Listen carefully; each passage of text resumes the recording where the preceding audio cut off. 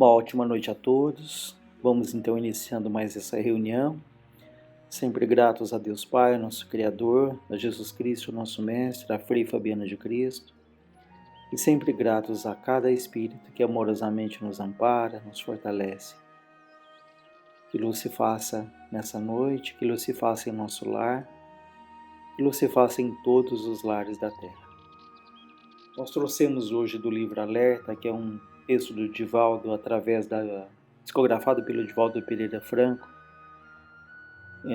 mensagens de Joana de Ângeles, o espírito de Joana de Ângeles, em que chama Suicidas também. É um texto interessante porque, como ela mesmo diz, sempre que ouvimos uma notícia de um suicídio, aquilo sempre nos choca, sempre ali há uma repercussão muito grande, né? No entanto, tem aquele suicídio em que a pessoa se mata, né, com um gesto ali violento, né, que tira a própria vida rapidamente, muitas vezes. Há aquele suicídio lento, gradativo, que ele é formado pelas pequenas atitudes ali ao longo da nossa vida. E é sobre isso que esse texto nos fala. Então nos diz: os vapores da ira cultivada perturbam o equilíbrio da emoção. Então ela vai citar uma série de pontos que vão minando ali a nossa resistência e até abreviando a nossa estadia aqui na Terra. E a ira, ela fala que essa ira cultivada acaba perturbando, né? Todos nós temos essa consciência do quanto ali o ódio, a vingança, a raiva acaba gradativamente eliminando a saúde física, a repercussão não só no corpo físico, mas no aspecto emocional, né? No aspecto psicológico, que vai ali sufocando ali a nossa paz, a nossa serenidade. Ele fala dos tóxicos da angústia vitalizada que envenenam os centros da harmonia psíquica. Então é muito natural que todos nós temos os nossos momentos, os nossos dias de tristeza, mas quando isso se traduz numa angústia permanente, demorada, como ele diz, vai envenenando ali os nossos centros de harmonia. Então devemos tomar muito cuidado para que essa tristeza prolongada, persistente, ela não se instale ali no nosso espírito, na nossa mente. Ele diz das viciações mentais ou físicas, quando mantidas, interferem no metabolismo fisiopsicológico. Então os vícios mentais, né, a fixação ali em determinados pensamentos, em determinadas ideias que impedem que nós vejamos com clareza aquilo que nos rodeia. Então esses vícios, essas fixações, que elas vão ali criando formas de pensamento, né, que vão, como foi dito, impedindo uma análise criteriosa, uma visão lúcida da vida. Então essas viciações mentais ou as viciações físicas, né, que são tantas viciações físicas, elas vão também interferindo no nosso metabolismo fisiopsicológico, né? Vão também arruinando gradativamente a nossa máquina física, esse corpo que nos foi concedido por empréstimo, né, para sermos administradores. E sendo assim, nós temos a responsabilidade de cuidar do nosso corpo e da nossa mente para que ele então possa ser o veículo ali indispensável à nossa jornada aqui na Terra. Ele diz das insatisfações demoradas que desarticulam o ritmo da máquina orgânica. O que seria essa insatisfação demorada? Aquelas situações que nós nunca estamos satisfeitos. Sempre nos falta alguma coisa, sempre a queixa, sempre a reclamação. E com isso, quando nós temos essa insatisfação persistente, nós deixamos de valorizar aquilo que nós já temos. Agradecer a Deus pelos bens recebidos, né? Os bens sejam de variadas ordens, né? Não só materiais, mas sobretudo momentos ali de alegria, de calmaria. Mas se nós acalentamos essa insatisfação demorada, nada nos agrada, nada nos faz bem, nada é suficiente para que nos sintamos felizes. Então, cuidado quando essa insatisfação ela se torna um padrão da nossa vida, se torna um hábito em que nós não percebemos as coisas boas que também nos acontecem. Ele diz da rebeldia sistemática que dá a gênese, que dá origem a enfermidades complexas. Então, também em alguns momentos nós temos os nossos momentos de rebeldia, mas se essa rebeldia ela é sistemática, se estamos contra tudo e contra todos a todo tempo, por exemplo, no emprego, aquelas pessoas que nunca param em emprego nenhum, porque elas sempre têm essa rebeldia, sempre ali o chefe pega no pé, sempre a empresa não cumpre um combinado, sempre os colegas não têm ali o espírito de companheirismo. Enfim, aquele que se rebela constantemente. Ele vê em tudo motivos para queixa, para revolta, para essa que está ligado de certa forma à insatisfação citada anteriormente. Então essa rebeldia persistente, ela também não é saudável.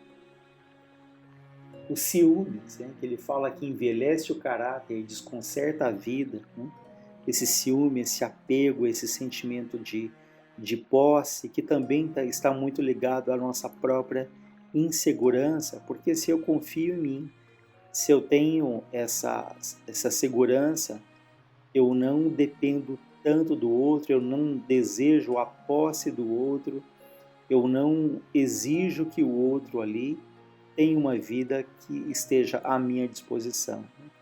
Então, o ciúme também, ele sufoca ali a própria vida. A avareza tisna o discernimento, perturba a organização fisiológica, Como a avareza, esse apego exagerado ali aos bens, essa preocupação constante, dia e noite, com aquilo que nós temos, se alguém pode nos roubar, em acúmulo, em apego. Então, essa avareza, esse apego excessivo, é diferente daquela pessoa que ela é cuidadosa, que ela é equilibrada, que ela administra ali as suas coisas. Aqui, essa avareza, esse apego excessivo, em que ao invés de administrar algo, a pessoa ela é escrava daquilo que tem. Então ela não é dona, ela é muito mais escrava, porque apesar de tudo que ela tem de ter cada vez mais, ela jamais se sente confortável. E quantos aí que têm tantos bens e que não se permitem, nem permitem à família ali qualquer motivo de lazer, de conforto, porque a única preocupação que eles têm é de acumular e impedir que alguém tenha acesso ali àquilo que se conquista.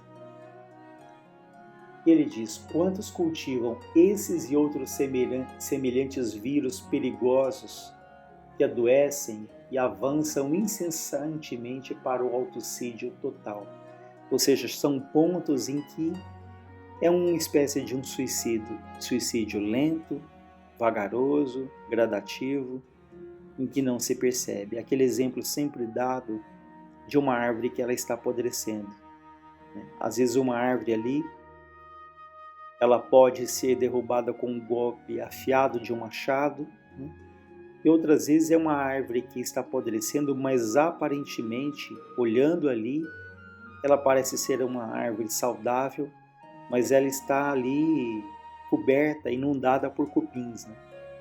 Então esses cupins silenciosamente eles vão provocando a morte dessa árvore. Da mesma maneira, há ali o suicídio em que a pessoa tira a própria vida, aquilo que temos aprendido que é uma grande decepção, porque os problemas não se resolvem como se espera, e que nós não morremos, continuamos ali vivendo e em situações extremamente difíceis por esse ato ali infeliz. E há aquele suicídio, como ele está falando, dessas pequenas coisas, das viciações mentais, físicas, da rebeldia sistemática, da ociosidade, da preguiça, ansiedade, ciúme, avareza, enfim. Nós nem falamos aqui da ociosidade, que são ali essa preguiça exagerada, esse cansaço, esse desânimo, sem nenhum motivo aparente, mas que vamos ali sempre faltando a vontade, a disposição, e isso também vai ali intoxicando os nossos centros mentais e por que não físicos também. Então ele fala, o suicídio lento desgastante e fatal, porém passa despercebido. Pululam, acontecem, estão aí presentes na atualidade, em todos os níveis sociais e econômicos, as vítimas da autodestruição por equívocos morais, excessos físicos e leviandades espirituais. Fumantes inveterados, toxicomanos irresponsáveis, alcoólatras sistemáticos, sexólatras atônicos, padecendo de estranhas e rudes obsessões. Já se encontra um largo trecho da estrada do suicídio infeliz. Então, o chamado suicídio indireto, em que não há ali uma intenção deliberada de se matar, de exterminar a própria vida, mas esse suicídio indireto, em que por atitudes, por pensamentos, nós vamos ali enfraquecendo o nosso corpo, ou perdendo a própria vitalidade mental na medida em que nós vamos ali, por essas questões, nós podemos antecipar o nosso retorno ali à pátria espiritual. Então isso se configura como um suicídio indireto. Há outras formas de anulamento da vida física que se entregam inumeráveis vítimas inermes. No entanto, há também tanta beleza e tanto amor convidando à vida. Ele nos aconselha: acautela-te nas atitudes e comportamentos sadios, preservando a dádiva do corpo que a vida te honra no processo inevitável da evolução. Ora e medita, anulando as constrições negativas de que sejas objeto. Ama e serve indistintamente, arrebentando as algemas morais e emocionais que desejam reter os teus movimentos nobres. E em qualquer situação, segue Jesus sustentado na fé imortalista, guardando a certeza de que tudo quanto te aconteça ocorre sempre para o teu bem. Tudo aquilo que nos acontece sempre para o nosso bem, aquilo que naturalmente a vida traz, porque nós podemos provocar situações que não estavam previstas, que não estavam programadas. Mas, como ele fala, tudo que nos acontece ocorre sempre para o teu bem, e se souberes conduzir na difícil circunstância.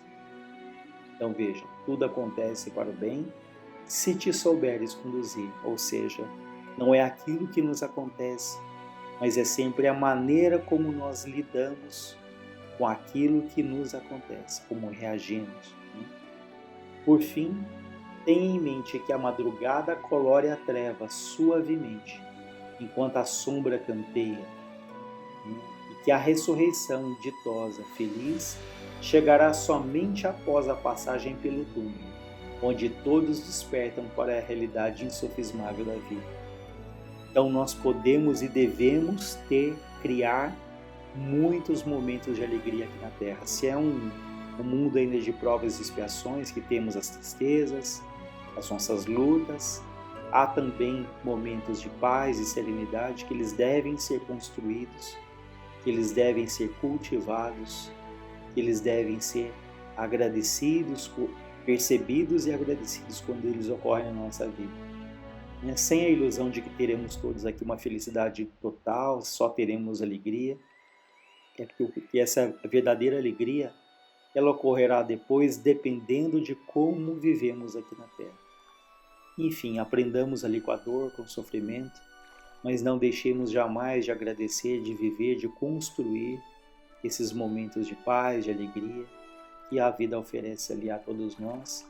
Tomamos muito cuidado, para que essas questões abordadas aqui por Joana de Ângeles não sejam ali fatores que vão nos levar a um desencarne precoce, a um enfraquecimento das células físicas, uma perturbação mental, psíquica, e que naturalmente atraem ali também uma perturbação espiritual. Então, equilíbrio, serenidade, hoje e sempre. Uma boa noite a todos nós.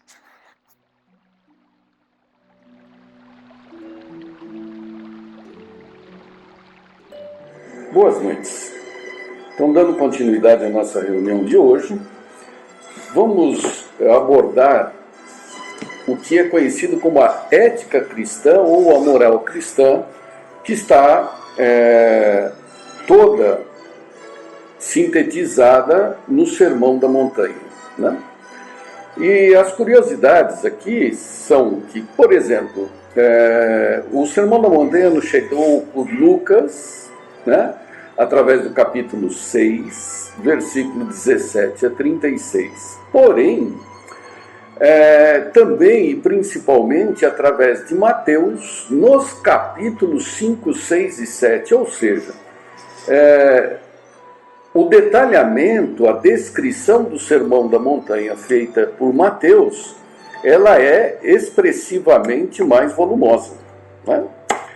E por que esse detalhamento maior? A resposta indireta nós vamos encontrar no livro Boa Nova, do Francisco Cândido Xavier, em que Humberto de Campos, ele contextualiza a situação que levou a Jesus colocar o Sermão da Montanha exatamente como foi colocado. Então, o próprio texto vai explicar muito melhor. E chama-se o Sermão do Monte.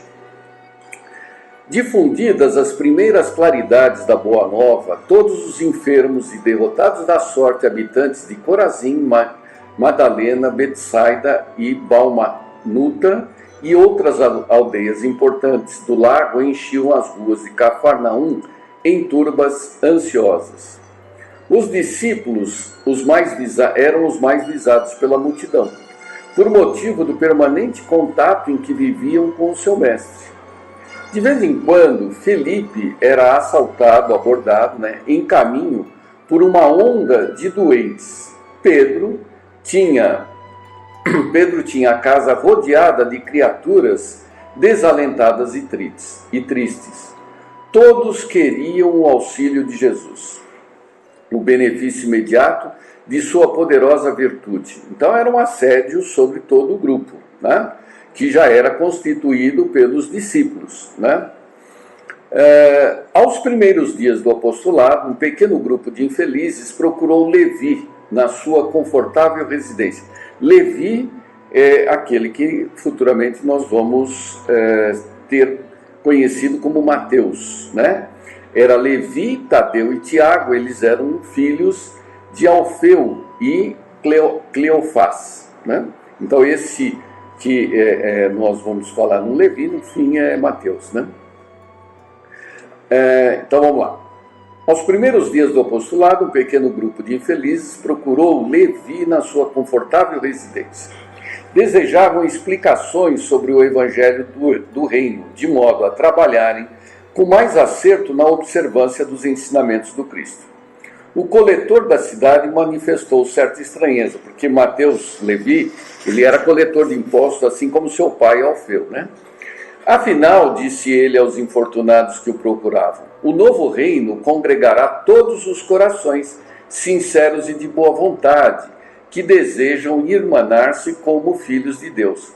Mas que podeis fazer na situação em que vos encontrais? E dirigindo-se a 3 deles, seus conhecidos pessoais, falou convicto. Que poderá realizar, Lisandro, aleijado como és? E tu, Áquila, não foste abandonado pela própria família, sob o peso de sérias acusações? E tu, Pafos, acaso edificaria alguma coisa com as tuas atuais aflições? Os interpelados entreolharam-se cabisbaixos, humilhados. Somente então chegavam a reconhecer as suas penosas deficiências. A palavra rude de Levi os despertara. Tomara-os uma dor sem limites. Jesus dissera nas suas pregações carinhosas que o seu amor viera buscar todos os que se encontrassem em tristeza e angústias do coração. Quando o mestre chegara, havia experimentado a restauração de todas as energias. Jubilosos guardavam as suas promessas, relativamente ao Pai justo e bom, que amava os filhos mais infelizes. renovando nos corações as esperanças mais puras. Achavam-se exaustos, mas a lição de Jesus lhes trouxera novo consolo às almas desamparadas de qualquer conforto material. Queriam ser de Deus, vibrar com a exaltação das promessas do Cristo. Porém, a palavra de Levi novamente os arrojara à condição desditosa. O grupo de pobres e infortunados retirou-se em desalento. No entanto, o mestre pregaria no monte aquela tarde e, quem sabe, ministraria os ensinamentos de que necessitavam. Decorridos alguns instantes, Jesus, em companhia de André, deu entrada em casa de Levi, onde se puseram os três em animada palestra. O coletor, a certa altura da conversação, a sorrir ingenuamente, relatou a ocorrência, terminando alegremente a sua exposição com essas palavras: que conseguiria o evangelho do reino com esses aleijados e mendigos? Mas, lembrando-se de súbito que os demais companheiros eram criaturas pobres e humildes, acrescentou: é justo e esperemos alguma coisa dos pescadores de Cafarnaum. São homens fortes e desassombrados, e o bom trabalho lhes cabe. Não vejo, porém, como aceitar a contribuição desses desafortunados e vencidos que nos procuram. Jesus fixou o olhar no discípulo com profundo desvelo e falou com bondade, batendo-lhe levemente no ombro. No entanto, Levi, precisamos amar e aceitar a preciosa colaboração dos vencidos no mundo. Se o Evangelho é a boa nova, como não há de ser a mensagem divina para eles, tristes e deserdados da imensa família humana? Os vencedores da terra não necessitam de boas notícias. Nas derrotas da sorte, as criaturas ouvem mais alto a voz de Deus. Buscando os oprimidos, os aflitos e os caluniados, sentimos-nos tão unidos ao céu, nas suas esperanças, que reconhecemos na coragem tranquila que revelam um sublime reflexo da presença de nosso Pai em seus espíritos. Não observastes algum vencedor do mundo com mais alta preocupação do que a de defender o fruto da sua vitória material?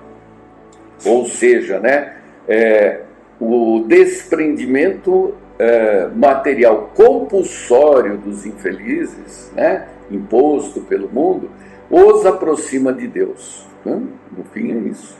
Levi sentia-se comovido e, aproveitando a pequena pausa que se fizera, exclamou algo desapontado: Senhor, minhas observações partiram tão somente do meu intenso desejo de apressar a supremacia do Evangelho entre os que governam no mundo. Essa é outra lição, a implantação do Evangelho, a ansiedade de implantar a Boa Nova. Quem governa o mundo é Deus, afirmou o mestre, convictamente, e o amor não age com inquietação. Agora imaginemos, Levi, que os triunfadores da terra viessem até nós, ensarrilhando suas armas exteriores. Figuremos alguns generais romanos chegando a Cafarnaum com os seus troféus numerosos e sangrentos, afirmando-se desejosos de aceitar o Evangelho do reino de Deus e oferecendo-se para cooperar em nosso esforço. Certamente trariam consigo legiões de guardas e soldados, funcionários e escribas, carros de triunfos, espadas e prisioneiros. Começariam protestando contra as nossas pregações pelas ruas desataviadas da natureza. Por não estarem no íntimo desarmado das vaidades das vitórias, edificariam suntuosos templos de pedra, em cuja construção lutariam duramente por hegemonias inferiores. Uns desejariam palácios soberbos, outros empreenderiam a construção de jardins maravilhosos. Recordando a ação das espadas mortíferas, talvez pretendesse disputar a ferro e fogo o estabelecimento do reino de Deus, exterminando-se reciprocamente por não cederem uns aos outros em seus pontos de vista, desde que cada vencedor se julga no mundo com a maior soma de direitos e de importância. A pretexto de lutarem em nome do céu, espalhariam possivelmente incêndios e devastações em toda a terra. E seria justo, Levi, trabalhássemos por cumprir a vontade do Pai, aniquilando seus filhos, nossos irmãos? É claro que tudo que ele falou aqui aconteceu, né? Após o seu desencarne, ao longo de toda a história, implantamos várias guerras santas para levar a palavra de Deus na base da espada, tanto em relação a todos aqueles que não conheciam a palavra de Deus, né? Não conheciam a palavra do Cristo. Então o Evangelho ele foi imposto em muitas regiões do mundo através da força e da espada, né? Era uma previsão praticamente, né? O apóstolo o ouvia assombrado em face da profundeza de sua argumentação. E o mestre continuou: até que a esponja do tempo absorva as imperfeições terrestres, através de séculos de experiência necessária, os triunfadores do mundo são pobres seres que caminham por entre tenebrosos abismos. É imprescindível, pois, atendermos na alma branda e humilde dos vencidos. Para os seus corações, Deus carrega bênçãos de infinita bondade. Esses quebraram os elos mais fortes que os acorrentavam às ilusões e marcham para o infinito do amor e da sabedoria. O leito de dor, a exclusão de todas as facilidades da vida, a incompreensão dos mais amados, as chagas e as cicatrizes do espírito são luzes que Deus acende na noite sombria das criaturas. Levi, é necessário amemos intensamente os desafortunados do mundo. Suas almas são a terra fecunda pelo adubo das lágrimas e das esperanças mais ardentes, onde as sementes do Evangelho desabrocharão para a luz da vida. Eles saíram das convenções nefastas e dos enganos do caminho terrestre e dizem do nosso Pai, como sentenciados que experimentassem, no primeiro dia de liberdade, o clarão reconfortante do sol amigo e radioso que os seus corações haviam perdido.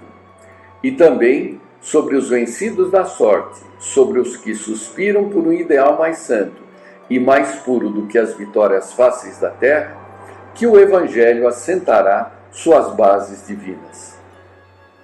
André e Levi escutavam de olhos úmidos os conceitos do Senhor, cheios de sublimada emoção, e nesse interim chegaram Tiago, João e Pedro, e todo o grupo se dirigiu alegre para um monte próximo. O crepúsculo descia num deslumbramento de ouro e brisas cariciosas. Ao longo de toda a encosta acotovelava-se a turba imensa.